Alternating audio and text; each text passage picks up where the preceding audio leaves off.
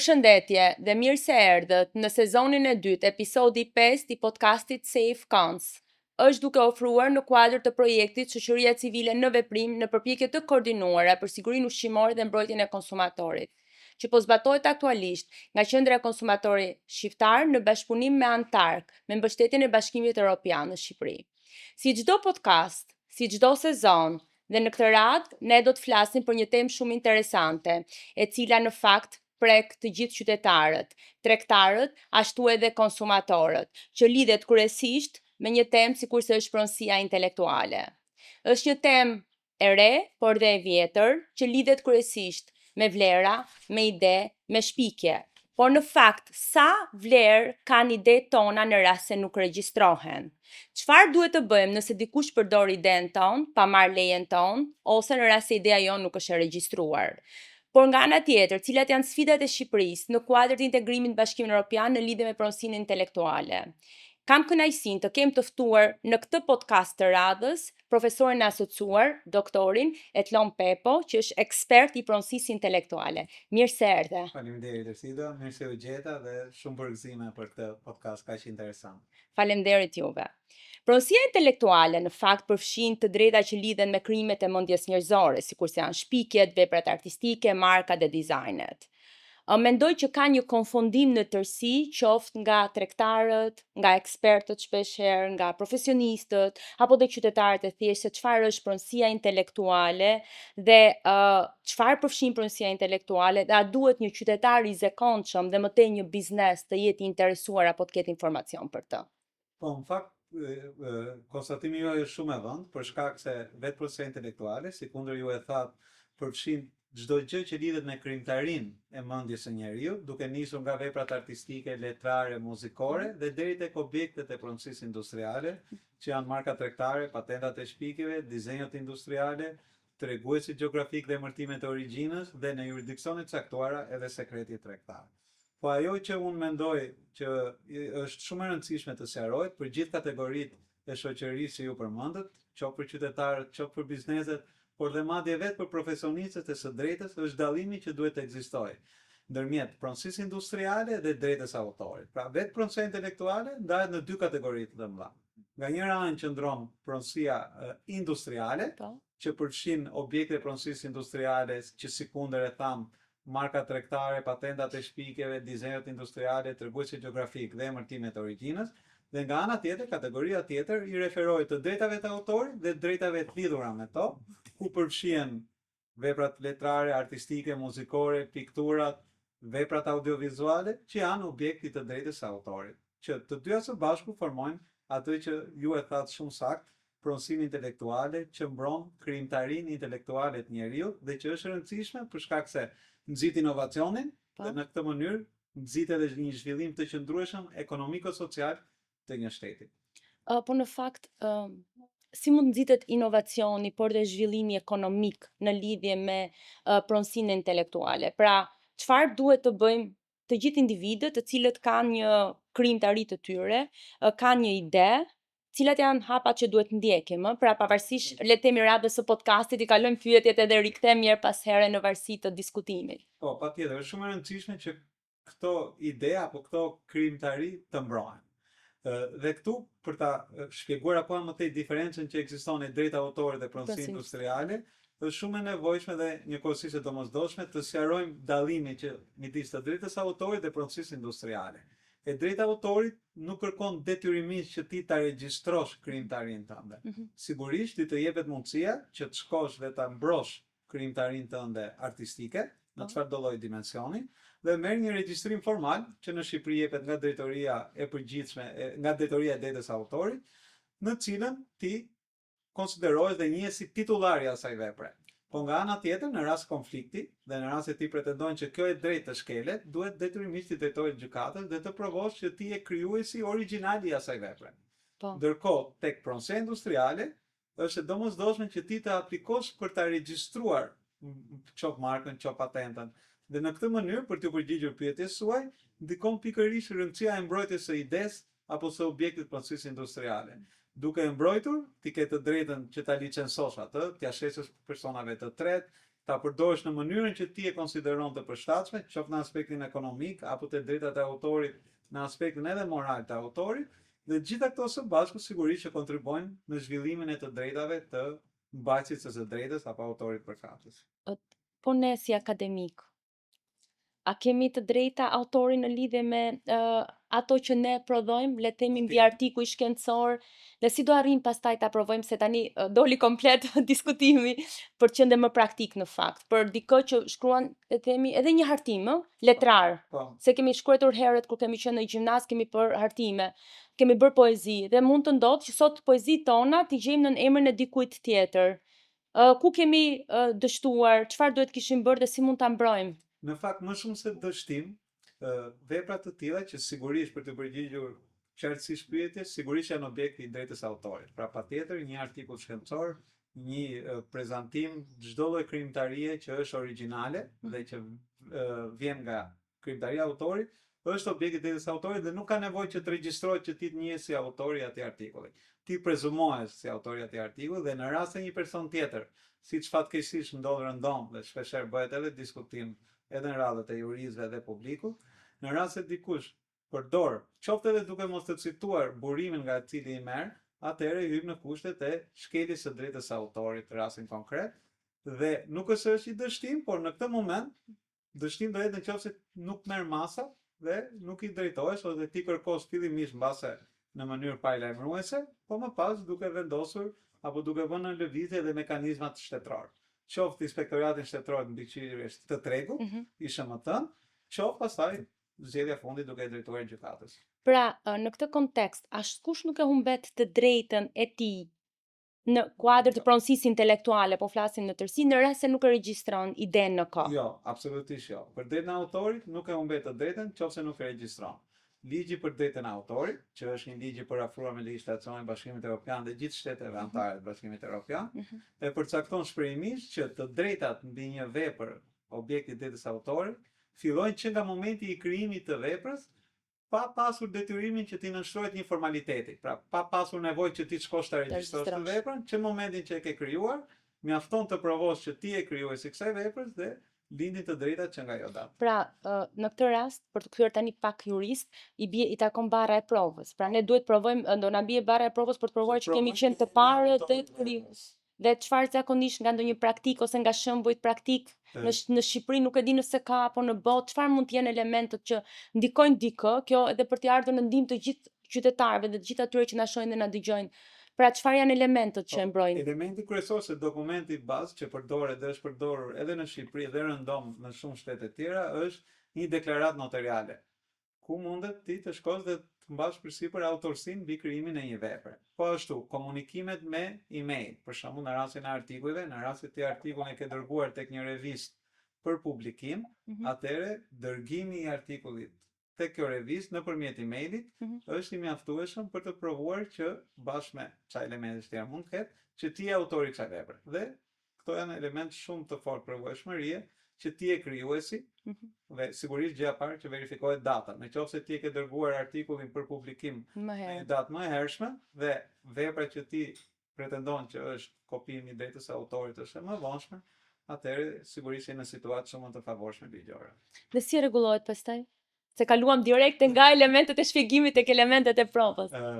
Për sa i përket ndjekjes së rrugës administrative, pra përmes ISHMT-s që e shpjeguam pak më parë, kjo veprohet duke bërë një kërkesë ankesë pranë ISHMT-s, ku përcakton të drejtën që ti ke të ka lindur, elementet, edhe informacionin për të identifikuar shkeljen, dhe ISHMT-ja ka në kompetencë vetëm ti vendosi një masë administrative, pra një gjobë në financiare. Në rast se personi shpeshherë shkelci mundet mos reagojë ndaj gjobës të ISHMT-s ose pranon me kënaqësi ta paguajë dhe të vazhdojë ta përdorë drejtën e autorit, atëherë duhet i drejtuar gjykatës me gjithë mjetet që kanë dispozicion, kjo qoftë edhe për afrimin e legjislacionit BE, duke kërkuar një masë sigurimi si hapi i parë të ndaluar shkeljen derisa të vazhdojë themeli i gjykimit. Pra, masë sigurimi që të mos vazhdojë përdorimi. Përdorimi derisa të mbarojë themeli i gjykimit dhe më pas me themelin e gjykimit mundet të kërkohen disa elementë, shpërblimi i dëmit apo dhe një nga veçoritë që kanë qoftë ligji për drejtën e autorit, qoftë ligji për markat, patentat, është që përcaktohet shpejtëmisht e drejta për t'i kërkuar gjykatës që në rast se konstatohet shkelja, të publikohet vendimi gjyqësor në median publike, në mënyrë që demonstrojët që shkelësi në fakt ka shkelur të drejtat e pronësisë intelektuale. Po, besoj që do të rikthehemi sërish kësaj sepse është një element shumë i rëndësishëm. Nga eksperjenca juaj dhe nga gjithë informacioni që ju keni, në kushtet ku ne jetojmë thuajse të gjithë në epokën e rrjeteve sociale, a është e mundur që ne të kontrollojmë? Pra, a mundet vetë individët jenë të aftë kontrollojnë nëse vërtet krijimet e tyre, frymëzimet e tyre përdoren nga të tjerët, pra ta vlerësojnë përmbajtjen, plus që sot po përfshirë dhe AI, pra inteligjenca artificiale. Dhe nuk e di nëse në fakt do hyjmë edhe në këtë pjesë, do kemi dhe drejt autori për sa i përket inteligjencës artificiale. Po, për sa i përket pjesës së parë pyetjes suaj, lidhur me shkeljen që ndodh në botën e sotme digjitale, pra siç ju thatë, dhe siç çdo konsumator tashmë është i ndërgjegjshëm që bota online, sidomos rrjetet sociale, duke nisur nga Facebooku, Instagrami, TikToku, janë një nga mjetet më shumë të përdorura për të shkelur drejtat e pronësisë intelektuale. Rasti klasik është lidhur me shkelje drejtas e autorit, përdorimi pa autorizimin e autorit të veprave muzikore, ndërkohë në rastin e pronësisë industriale, rasti më flagrant dhe më i zakonshëm është ai tregtimi të mallrave të falsifikuara nën markë tregtare të regjistruar. Por mënyra se si reagohet, dhe në fakt Bashkimi Evropian sidomos ka vendosur një politikë shumë të re mbi faqet apo mbi platformat e rrjeteve sociale, duke kërkuar ato që ato e konsiderojnë si mekanizmi shutdown, që menjëherë që ti të raportosh, pra plotësohet një raportim shumë i thjeshtë që e vetë qytetarët që ndjekin plotësojnë direkt në rrjetet sociale. Sigurisht ndihma e një përfaqësuesi ligjor gjithmonë është një A+, dhe plotësohet dhe për hir të vërtetës, reagimi, sidomos te këto gjigantët e teknologjisë, është shumë i shpejtë. Dhe ato menjëherë heqin përmbajtjen. Po kjo është nën Digital Service Act apo jo, për këtë po flasin. Po. Më shumë duke i ndërthurur të gjitha aktet e Bashkimit Evropian, ndërkohë që në Shqipëri ne jemi ende në të përpjekje për ta parafruar këtë. Parafrimit, por për sa i përket ato reagojnë. Kjo që ju thatë, legislacioni huaj dhe ato reagojnë shumë shpejt. Ti raporton një shkelje, unë vetë nga eksperienca kam pasur raste të shumta, edhe së fundi dhe përgjithsisht brenda 48 orëve, qoftë YouTube-i, qoftë Instagrami, pra platforma Meta, reagojnë dhe për hir të vërtetës e heqin veprimtarin shkelëse. Ndërkohë, pyetja e dytë që referuar botës së inteligjencës artificiale, që është shumë komplekse dhe ende nuk po merr një drejtim, në Bashkimin Evropian ka në fakt një rregullore, që është rregulloria e vetme në gjithë botën, që rregullon veprimtarinë e inteligjencës artificiale. Në Shqipëri nuk ka ende një kuadër ligjor që ta rregullojë, por për sa i përket aspekteve që lidhen me pronësinë intelektuale, ende është në zhvillim një debat që kush do konsiderohet autor i një vepre. Pra në rast se unë futem te ChatGPT-ja, që është le të themi inteligjenca artificiale më e përdorur, dhe shkruaj tekstin e një këngë dhe i them ma modifiko dhe platforma OpenAI ma modifikon, kush do konsiderohet autor? Do konsiderohet OpenAI që ka krijuar pra inteligjencë artificiale, apo unë fjalët e mia si autor janë përdorur? Dhe ky është një debat që ende vazhdon.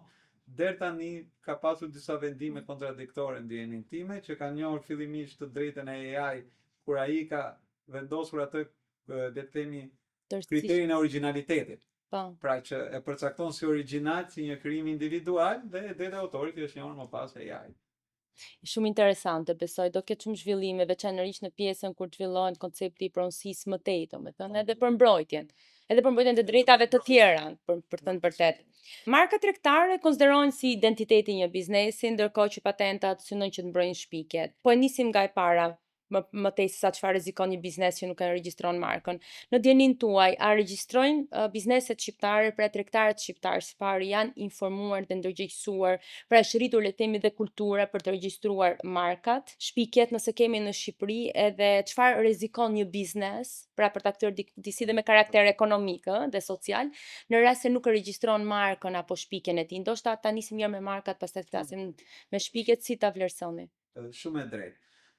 Këtu dua fillimisht bëj një sqarim. Ju jeni dhe juristë dhe shumë profesionistë krahas botës akademike dhe e bëni dhe diferencën ndërmjet markë dhe patent. Por për hir të vërtetës, shumë edhe profesionistët së drejtës ngatrojnë markën me patent ose i referohen marke patentuar apo patente Te markuar. markuar. Po që janë dy Lloj fjale. nocione dhe juridike, po dhe dy objekte procesi industriale Të ndryshme. Që sikundër ju thatë, marka është ajo shenja dalluese që identifikon një biznes nga bizneset e tjera, ndërsa patenta është ajo që njihet si shpikja, një gjë e re, risi që është e zbatueshme në industri. Pra një zgjidhje teknike një problemi që nuk ishte njohur më përpara. Pra, tani kalojmë pyetjet, sepse kjo është shumë e rëndësishme, sikur se do thatë. Pra, logo e një organizate, logo e një biznesi, përbën markë. Markë tregtare, po.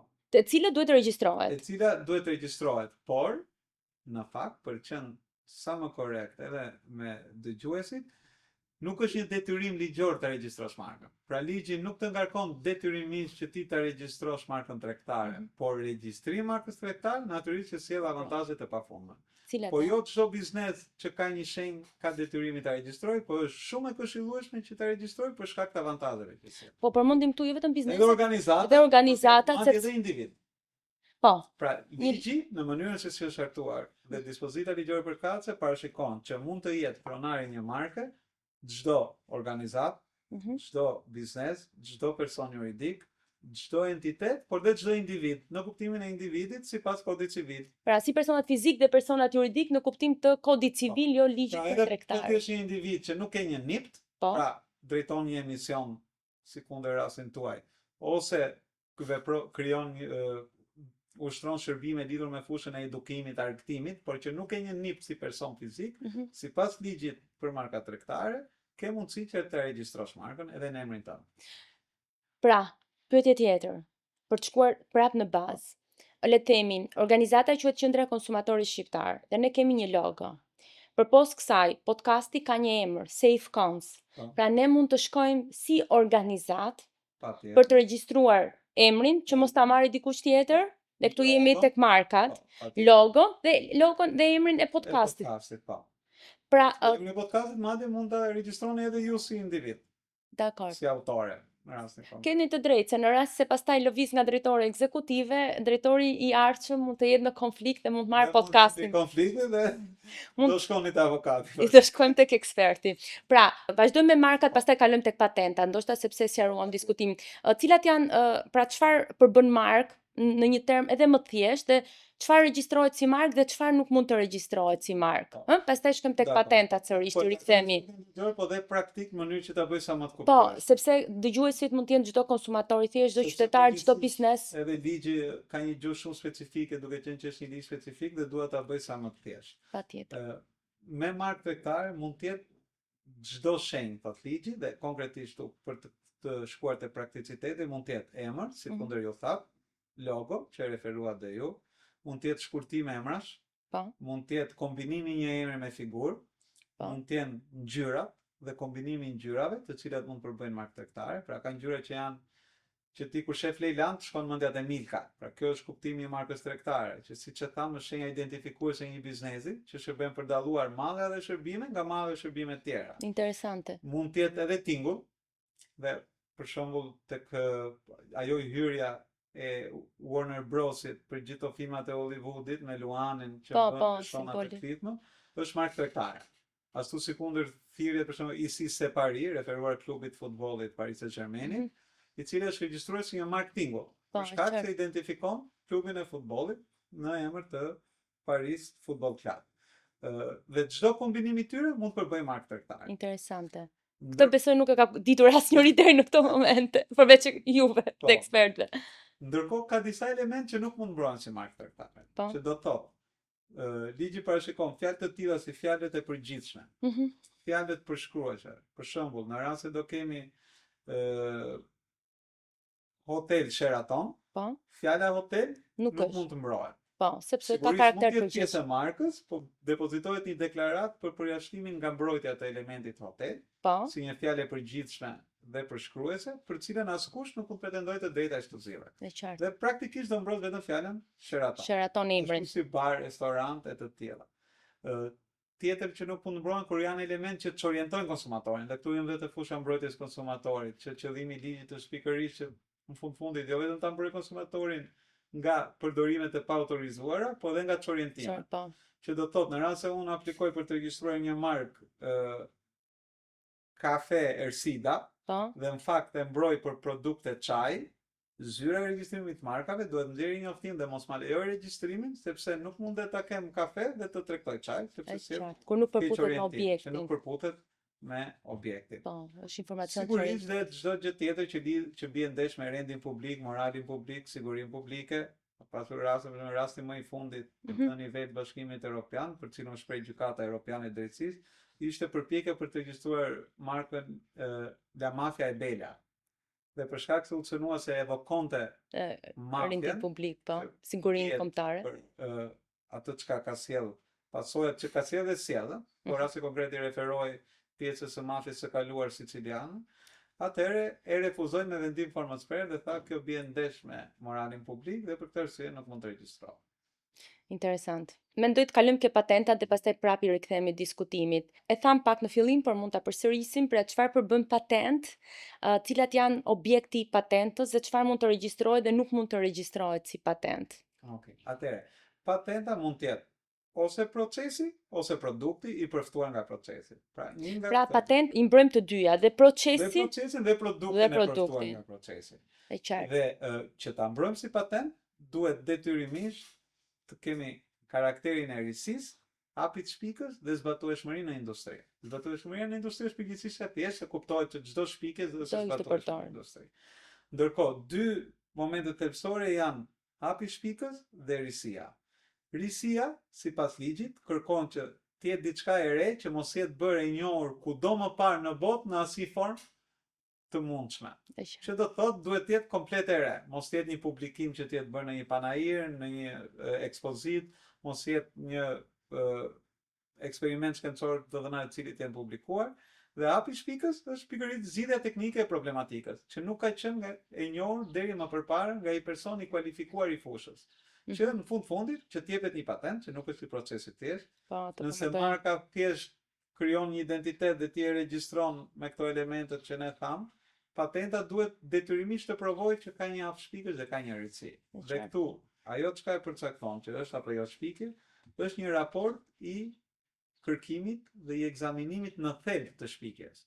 Që deri më përpara në Shqipëri nuk ishte mundur të bëjë, pra Drejtoria Përgjithshme Industriale, si organi përgjegjës për regjistrimin e patentave, që në fakt bën një punë shumë të mirë, duhet thjesht të verifikonte elementet formale. Pra, kishte këtë dokument të patente apo jo, dhe të jepte një certifikat që thonte merr dhe numër regjistrimi, dhe kishte një shënim me shkronjë të vogël, që në fakt është parashikim ligjor, që thonte që brenda 10 viteve nga data e depozitimit të aplikimit, duhet të merrni një raport kërkimi të Zyra Europiane e Patentave. Po kjo sillte shpesh konfuzion, sepse një shpikës ose një pronar patente që e kishte marrë certifikatën mendonte që ai e kishte marrë dhe patentuar. Kishte të drejtë, se e kishte patentuar. Gjë që nuk ishte ashtu, sepse në fakt duhej patjetër ky raport i kërkimit që të bëj, le të themi, validoj shpika. Me ndryshimet e reja ligjore nga 16 gushti 2025, duhet detyrimisht që nga momenti që ti depoziton aplikimin, ligji të lejon 13 muaj kohë që ti të marrësh një raport kërkimi nga një zyrë europiane e patentave, ose së fundmi nga zyra greke e patentave që ka bashkëpunim me zyrën tonë, në mënyrë që nëse s'merr këtë raportin, ti nuk e merr certifikatën. Pra kjo gjë mendoj që është një rritësi pozitive që ka sjellë ligji dhe për konsumatorët. Edhe për të mos konfunduar as tregtarët apo shpikësit. Dhe tani kjo na shtron pyetjen, a ka në Shqipëri patenta? A kemi ne të regjistruar dhe cilat janë? Aq informacion sa keni, ose ndoshta del jashtë fushës suaj. Se më duket pak si e vështirë tani që na del. Është vështirë, po përpjekjet janë rritur në vitet, sidomos në vitet e fundit.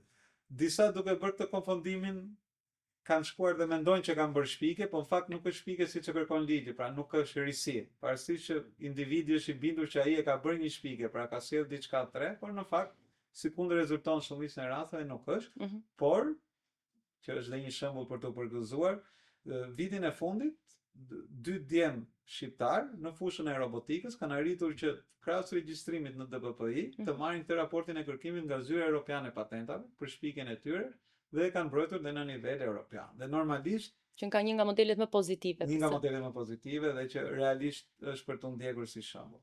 Ndërsa me markat, besoj është ndryshe. Po, me Kemi shumë biznese që vrapojnë dhe regjistrojnë, ose cilat janë kategoritë kryesore, subjektet kryesore dhe objektet kryesore të veprimtarisë që i regjistrojnë. Po, është e drejtë. Në fakt, edhe për ta trajtuar edhe pyetjen që zhvilluat në fillim, që vitet e fundit ka gjithnjë më shumë çdo vit paraqet një rritje të numrit të aplikimeve për të regjistruar markën tregtare. Çka besoj edhe në aspektin statistikor, edhe sasior normalisht, cilësor, po ashtu tregon një rritje të ndërgjegjësimit të bizneseve që të mbrojnë markat e tyre, logon e tyre. Po. Dhe më e shpesh kjo është në fushën e shërbimeve, ku baret, restorantet, hotelet kanë një ndërgjegjësim të theksuar, edhe për shkak të fushatave promovimit që ka bërë institucioni DPP-is dhe aplikojnë për të regjistruar markat. Por këtu mbase për konsumatorët duhet patjetër të theksojmë diçka, se shpeshherë një nga konfundimet më të mëdha të konsumatorëve, po edhe të tregtarëve, është fakti që mendojnë që e kanë të mbrojtur emrin e biznesit të tyre ose logon, për shkak se e kanë regjistruar biznesin në QKB. Por regjistrimi në qendrën kombëtare të biznesit nuk sjell të drejta mbi markën tregtare. Janë dy procese të ndryshme. Po. Krijimin e personit juridik. Krijimin e personit juridik dhe jo mbrojtjen mbi logon, se ti mund të krijosh një person juridik, por mund të përdorësh emër tjetër si emër tregtar. Në këto raste duhet detyrimisht që të afrosh markën tregtare për të përfituar ato avantazhet që ne po diskutojmë. Dhe ne e nisëm diskutimin dhe po e vazhdojmë, pra që në Shqipëri kryesisht regjistrimi i objekteve të pronësisë industriale kryhet nga Drejtoria e Përgjithshme e Pronësisë Industriale. Sa i thjesht apo i komplikuar është ky proces? Nëse mund na thoni në hapa të shumë të shkurtër çfarë duhet të ndjekë dhe cilat janë hapet që ndiqen, dhe nuk e di nëse bizneset, se ju e përmendët që perceptimi i përgjithshëm qytetar, pra ose për bizneset, po themi, për personat juridik është që meqense ne regjistrojmë në QKB automatikisht emri, logo është mbrojtur. Në fakt kjo e jep një mbrojtje, për që sa më për kohë, për atë që nisëm diskutimin në fillim për efekt kohor. Për efekt kohor. Dhe më pas duhet ta aplikosh si markë. Sigurisht kjo një mbrojtje që sipas ligjit në rast se një subjekt tjetër aplikon për të regjistruar si markë tregtare emrin e biznesit tënd, ti ke drejt mbas të emrit të biznesit që ta kundërshtosh regjistrimin e markës. Dhe kjo ku duhet bër? Se kalojmë nga pyetja në pyetje. BBI-ja, pra organi vetëm përgjegjës për. Por gjithmonë nëse merr vesh, nëse ti merr informacion. Nëse vjen në dieni, pra. Se në momentin që nuk vjen në dieni ai e përdor. Regjistron dhe pastaj është një proces akoma më i gjatë që ti t'ia shpallësh të pavlefshëm, po të kenë kaluar 5 vjet, ligji thotë që nuk mundet, pra kemi një formë parashkrimi përveç se kur është bërë me keqbesim dhe procesi ndërlikohet akoma më shumë. Ndërkohë për mënyrën e aplikimit është mendoj relativisht e thjeshtë, nga 1 maj 2022 aplikimet mund bëhen vetëm online, pra bëhet përmes shërbimit në Albania dhe për ta sjellë sa më konkret edhe për dëgjuesit e podcastit, është aplikim shërbimi për regjistrimin e markës tregtare. Pra dhe ne qendrën atje duhet shkojmë ta regjistrojmë online. Dhe ju nevojitet thjesht të vendosni numrin e regjistrimit të qendrës dhe automatikisht gjenerohen të dhënat e qendrës. Nëse do ishit individ, do plotësoni tek fusha për kace NID-in, pra numrin e identifikimit personal, dhe i merr automatikisht dhe më pas ajo çka është më e rëndësishme është që kërkohet logo e markës, në rast se marka do jetë logo, po nëse do jetë emër, thjesht do përcaktohet që kërkojë ta mbrojnë karakteret standarde dhe do shkruhet emri, dhe mbi të gjitha, mbasi bëhet pagesa e tarifës zyrtare, që sa varion, nëse e dini? Tarifa zyrtare është 7.000 lekë për depozitimin e markës në një klasë, dhe kur marka mbron më shumë se një klasë madhe dhe shërbimet, është 2.500 lekë për çdo klasë shtesë. Të reja, lekë të reja. Pra 1.500 lekë faza e parë. Dhe faza e dytë, mbasi përfundon një periudhë 3 mujore publikimit, është 6.400 lekë. Dhe duhet thënë që këto tarifa vlen për 10 vjet. Pra është një mbrojtje që marka e gëzon për 10 vjet dhe në përfundim periudhës 10 vjeçare mundet të rinovohet pafundësisht çdo 10 vjet. Pra kozgjatja që na jep ligji e mbrojtjes së markës është 10 vjet nga data e aplikimit fillon mbrojtja. Prandaj është e rëndësishme data e aplikimit. Nga data e aplikimit. Pavarësisht kur regjistrohet. Procesi zgjat 6 deri në 8 muaj në rast se nuk ka ndonjë kundërshtim, që është një reduktim i afateve nga më përpara. Dhe më e rëndësishme, pra për ta përmbledhur, marka kërkon emrin e pronarit markës dhe adresën e tij. Kërkon figurën logo, qoftë është logo ose emri që do mbrojë. Pagesën e tarifës zyrtare dhe listën e mallrave dhe ose shërbimeve. që Dhe në ka, rastin kur je qendër, kur je organizator fitimprurëse për shembull, ka një klasifikator ndërkombëtar Okej. me 45 klasa. do të gjejmë klasën që na ta Gjem shkon. klasën, është shumë e thjeshtë, me search shkruan klasën, Organizate, organizat dhe të del direkt. E qartë. Dhe ti e bën mbrojtjen vetëm për atë klasë pa dashur që të shtrish mbrojtjen në klasa të tjera. Ndërkohë në rast se është i biznes që ka disa objekte të aktivitetit, mund të bëjmë më shumë se një klasë, padyshim. Shumë interesante. Dhe ndërkohë kjo besoj që mund të për shembull në rast se unë zgjeroj veprimtarinë, Duhet bësh aplikim të duhet bëj aplikim të ri. Nuk e shon dot aplikimi ekzistues.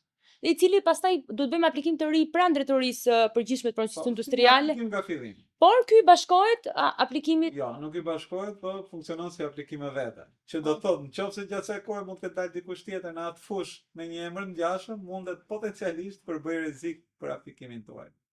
Dakor, kështu që duhet të shkojmë sa më parë që të regjistrohem. Cilat janë shkeljet më të zakonshme? Nëse doni mund të flasim në tërësi për pronësinë intelektuale apo vetëm për pronësinë industriale, zgjidheni në Shqipëri në lidhje me me pronësinë intelektuale ose industriale. Shkeljet në të dyja fushat e pronësisë intelektuale për fatin e keq janë evidente dhe të shpeshta. Tek e drejta autorit, shkeljet më të zakonshme janë përdorimi i pa autorizuar që i bëjnë muzikës të gjithë një pjesë e konsiderueshme e subjekteve tregtare. Për ta marrë shembull sa më konkret, në bare, restorante, vendoset muzikë dhe si rregull to duhet shkojnë dhe të paguajnë një tarifë zyrtare vjetore tek agjencitë e administrimit kolektiv të drejtave. Në rastin konkret, Alba Autorit, për shembull, për t'i paguar për shkak se ato luajnë muzikën, gjë që shumë pak e bëjnë. Shumë rëndë. Një statistikë që është zyrtare, është për shembull në rastin e hoteleve, vetëm 2 hotele në vitin e fundit, dhe gjithë hotelet në Republikën e Shqipërisë kanë paguar të drejtën autorit. Okej. Për të kuptuar sa evidente është shkelja, ndërkohë ne jemi të gjithë të ndërgjegjshëm. Po flasim vetëm për njësi hoteliere. Po themi për njësi hoteliere. Mendo të flasim për gjithë shërbimet e restorantet, qendra tregtare.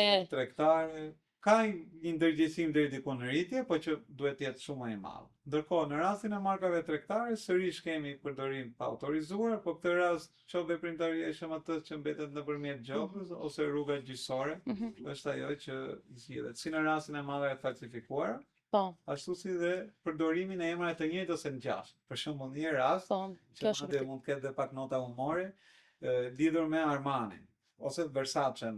Mos gaboj, një nga këto 2 gjigantët italianë dhe një subjekt shqiptar i cili dyqanin e tij përveç se i kishte veshur tërësisht me malle të kësaj marke dhe përdorte edhe emrin. Dhe vjen Versace ose Armani, thjesht për ta ilustruar, dhe i kërkon që të lutem i thotë mos e përdor dhe i dërgon një letër paralajmëruese, sepse është përdorimi pa autorizuar. Ne nuk kemi autorizuar apo licencuar ty që të shesësh produktet tona. Personi në fjalë ishte i fiksuar totalisht ndaj markës dhe madje u ndjej ofenduar dhe i tha që unë po ju bëj reklam dhe nuk po marr pagesë, pjesë e pëlqej markën tuaj, por pas paralajmërimit që do i drejtoj gjykatës, atëherë ai e hoqi shenjën, sigurisht nga brenda mund t'i mbante mallra, por nuk mundet që t'i reklamoj për t'i krijuar idenë që ky është dyqan origjinal. Që është dyqan origjinal. Edhe po ti kesh origjinal, nuk lejohet ta përdorësh emrin, ta emërtosh biznesin. Po, përveç se ke marrëdhënie tregtare, në varësi nëse është franchising apo. Shumë mirë që kaluam ke produktet e falsifikuara, si hasim rëndom në Shqipëri në fakt.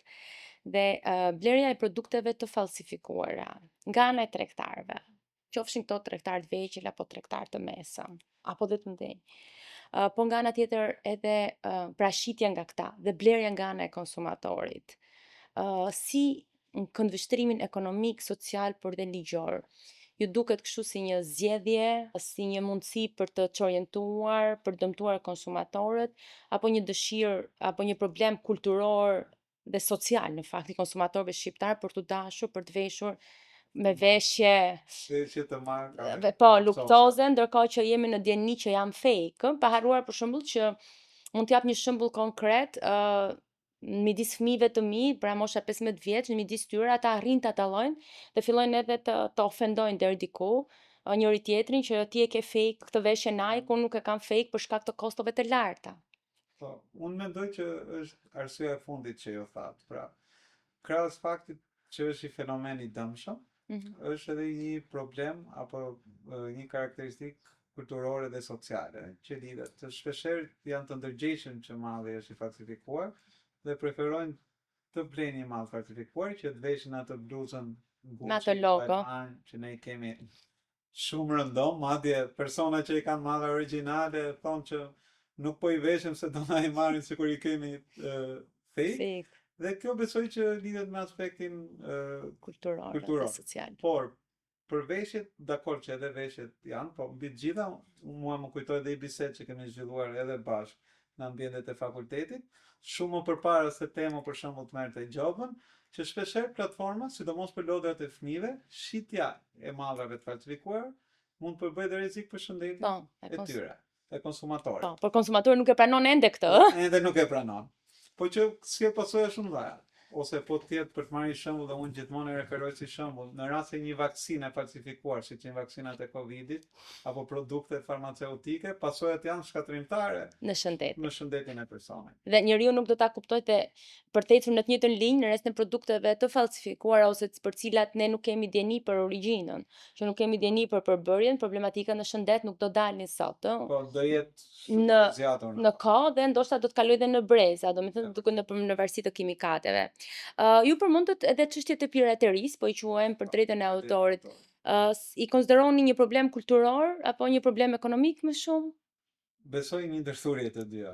Kulturor, munges ndërgjegjësimi, ende nuk janë subjekte të ndërgjegjësuara që duhet paguajnë për të përdorur të drejtën e një tjetrit, ndërkohë që ky autori, siç e tham që në fillim në hyrje të podcastit, është produkt i krijimtarisë intelektuale, pra ka investuar intelektin, mendjen e tij që nxjerrë një produkt. Kohë, energji, Dhe me të drejtë ligji parashikon që mbrojtje. duhet që të mbrohet dhe të marrë shpërblimin e drejtë për sa herë përdoret vepra e tij. Dhe mendoj që edhe faktori ekonomik, pasi nuk duan të paguajnë, po që lidhet me faktorin kulturor se mendojnë që s'kam se ta paguaj unë, ose sepse ne të gjithë po e përdorin dhe ky ngjitur dhe ky përballë. të doja thoja, sepse shpeshherë ky është argumenti që gjithmonë ato referojnë, që gjithë po e përdorim pse duhet paguaj unë, ndërkohë se cili duhet paguaj. Po, pronësia intelektuale është pjesë e standardeve të Bashkimit Evropian, po nga ana tjetër edhe nga IPO, WIPO, World Intellectual Property Organization. Shumë shkurt në këtë pothuajse në këtë pjesë të fundit podcastit, sa gati jemi, sa është gati Shqipëria në lidhje me parafrimin e standardeve në këtë fushë, megjithëse nga gjithë biseda po del në pa më shumë se sa parafrim ligjor është problematik, informimi, ndërgjegjësimi dhe aspekt social dhe kulturor. Dhe në lidhje me zbatueshmërinë, janë problematikat që mbesin tek qytetarët, tek tregtarët, ke institucionet apo tek kuadri ligjor. Shumë e saktë ajo që thatë. Pra, e para faktikisht ne themi për shumë fusha që ligjin e kemi, po çalon zbatueshmëria. Dhe në raport me pyetjen që ju drejtuat, kuadri ligjor, edhe si detyrim, duke qenë që një nga kapitujt e negociatave është kapitulli 7 që referohet ekskluzivisht pronësisë intelektuale, dhe një nga detyrimet është parafrimi plot i legjislacionit përkatës, gjë që përgjithsisht është realizuar. Dhe raporti i fundit i Komisionit Evropian, i lëshuar në nëntor ose dhjetor të vitit 2025, pikërisht i vënte në duke si një nga risit pozitive që tashmë Shqipëria ka një kuadër ligjor të parafruar. Sigurisht, aktualisht momentin që flasim, Ministria e Kulturës po punon mbi ndryshimin e ligjit për drejtën e autorit, dhe ndërkohë janë duke u miratuar dhe ligji për treguesit gjeografik dhe emërtimet origjine dhe ligji për dizenjat industriale, për të plotësuar paketën ligjore dhe për ta parafruar plotësisht me Bashkimin Evropian. Po përgjithsisht konceptet janë të njëjta dhe parafrimi ka qenë i plot. Por problematikat që ndron tek ndërgjegjësimi, për të qenurit të vetëdijshëm që duhet paguar për të përdorur të drejtën e një personi tjetër, sepse është njësoj si prona. Pra kjo është pronë intelektuale, prona fizike që ne regjistrojmë në ASHK, nuk e përdor dikush pa e dhënë ti me qira, po pa e shitur që ti të marrësh kundër shpërblimin. E njëjta gjë identikisht është edhe për pronësinë intelektuale. Duhet ta kuptojmë që përveç pronës materiale kemi edhe këtë pronën jo materiale. Intelektuale, po. Që është prana intelektuale. Cilat janë disa nga rastet, për shembull në botë që mund të keni ju, që mund të keni hasur gjatë studimeve tuaj, që mund të jenë interesante në lidhje me cënimet e pronësisë industriale ose drejtën e autorit? Dhe çfarë vendimesh janë marrë shumë shkurt, thjesht për të rritur dhe vëmendjen? Përgjithsisht, do të thënë, edhe vitet e fundit edhe në vendin ton ka një rritje të kuptueshmërisë dhe të zbatueshmërisë së ligjit edhe nga gjykatat shqiptare. Okej. Ajo që duhet thënë për ndihmuarit dhe konsumatorët dhe bizneset është që për çdo shkelje të drejtës përgjegjësisë intelektuale, organi kompetent për të shkeljen, ISHMT-ja është administrativ, pra që vendos gjallën. Po. Dhe po për të marrë masa të tjera është gjykata e shkallës parë e jurisdiksionit përgjithshëm Tiranë, përcaktuar me ligj. Dhe disa nga rastet që mund të jenë, që nga rastet për përdorimin e paautorizuar në një televizion të një vepre muzikore apo audiovizuale. Dhe ndodh kjo nga televizionet? Për të qenë i sinqert, ndodh për fatin e keq. Po këtu kemi dhe amën, besoj që mund të hyjnë në lojë. Mund të hyjë, po prapë i mbetet agjencive të administrimit kolektiv që ta ndjekin në rrugën dhe të pretendojnë që ka përdorim pa autorizuar të veprave të autorëve të mbrojtur nga ato. Po tani një pyetje tjetër, më fal, se ndërpreva dhe do rikthehemi pranë tek shembujt. Por gjithmonë këto vjen në lëvizje kryesisht apo duhet gjithmonë mbi bazën e ankesat nis nga personi janë? Duhet një ankesë që të vendoset në lëvizje nga personi i dëmtuar, domethënë. Personi i dëmtuar. Ose nga personat që mbrojnë interes, ata se agjencitë administrimit kolektiv mbrojnë interesat e autorëve në mënyrë kolektive. Dhe në këtë rast ato mundet të vënë lëvizje strukturat. Dhe përgjithsisht televizionet në fakt paguajnë, pra marrin një autorizim për të përdorur vepra, ose duhet të marrin dhe në parim. Një time dhe e kanë marrë, pavarësisht pastaj është ky diskutimi dhe në metodologjinë e re që sa do jetë përqindja që duhet paguajnë, që përdorin në përgjithësi çdo lloj vepre dhe kjo shkon pastaj nga sporteli unik i shpërndarjes të ardhurave tek agjencitë përkatëse. Shumë teknike kjo. Por cilat kanë qenë rast interesant në botë që mund të ketë me çështje të drejtës autorit ose pronësisë industriale? Rastet janë të panumërta. Ndonjë që thjesht për ta treguar. Që mund të tregoj këtu në Shqipëri, me që vendime ka marrë formë prerë, nuk është më, ka qenë me rastin e Versaces. Dhe fillimisht ka qenë një klub në hyrjet e Elbasanit, Versace Club, me logon e Meduzës, dhe për cilën Versace inicioi procesin. Pra ka marrë dieni Versace? Ka marrë dieni, po, për ekzistencën e një lokali në Shqipëri, në Elbasan që përdorte logon edhe emrin. Thjesht për ta kuptuar, për t'i kuptuar të gjithë, për atë qytetar, tregtar, por edhe institucione që ndodh dhe kjo gjë. Në botë janë të interesuar për emrat e tyre. Ka jashtëzakonisht shumë raste që subjektet e huaja vinë dieni dhe i ndjekin këtu gjithsesi. Dhe personi më pas, dhe këtu duhet dalë edhe te një veçori shumë interesante që ligji të mbrojtje, jo vetëm që ti mos përdorësh një emër të njëjtë, po as një emër të ngjashëm. Të përafërt, dhe personi në rastin për ta ilustruar me shembull konkret, mbasi mori paralajmërin nga Versace, tha në rregull, po unë do bëj Versace. Dhe bëri atë cën si G, edhe tha, unë nuk kopjoj Versace, jam Versace Club. Ndërkohë që sikundër sapo e thash, ligji e mbrojtje ndaj një markë regjistruar si mbrojtje ndaj përdorimit të një emri të njëjtë ose të ngjashëm. Kështu që në këtë rast edhe Versace ishte shkelje dhe më pas nuk është më shkelja, pra pasi u ndoi çështja në rrugë gjyqësore dhe nuk përdoret fare as Versace as Versace për shkak se dyja ishin shkelje. Pa kërkoi dëmshpërblim Versace për këtë gjë? Jo, u kufizua thjesht me ndalimin e përdorimit të emrit. Përdorimit. Dhe mbase për të qenë mbase sa më saktë rimbursimin e shpenzimeve ligjore. Po jo kërkesë për shpërblim dëmi. Po në Shqipëri ka pasur raste të tilla që kanë shkuar deri në shpërblim dëmi? Po, ka pasur.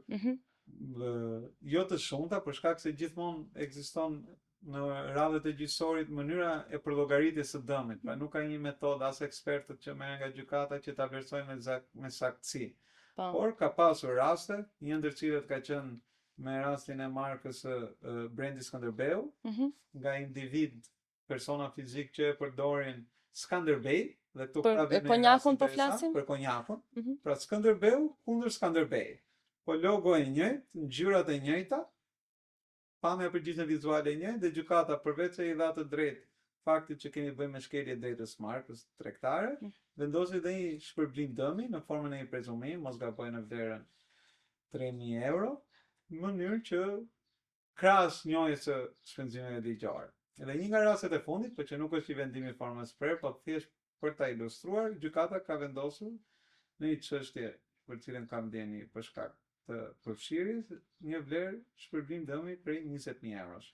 Pra Po quhet shpërblim dëmi për shkeljen që ka bërë, që është një vlerë në rast se ishte kërkuar 60.000 euro, vendosi 20.000 euro, duke marrë parasysh investimin e bërë për markën e shkelur, pra që janë shkelur, dhe vendosi 20.000 euro, që besoj është një piknisje pozitive. Prap janë vlera le të themi minimaliste në Shqipëri në raport me atë çka ndodhi jashtë. Po, sepse do t'i duhet që të provojmë dëmin e shkaktuar, fitimin e munguar.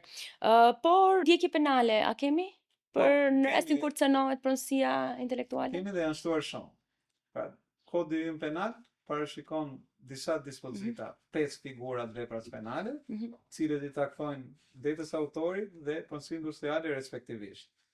Duke nisur nga botimi i veprës me emrin e tjetrit, tek shkelja e detës autorit, që është përdorimi pa autorizuar i veprës, për qëllime tregtare, pra gjithmonë kodi penal e kërkon identifikimin e qëllimit tregtar, që do të thotë nëse nuk ka qëllime tregtare, sigurisht mund ndiqesh, po jo penalisht, dhe shkelja e detës pronësisë industriale. Në të dyja rastet, vitet e fundit, sidomos për këtë të dytën, pra shkelja e detës pronësisë industriale, ka një rritje të numrit të veprave penale në të gjykuara.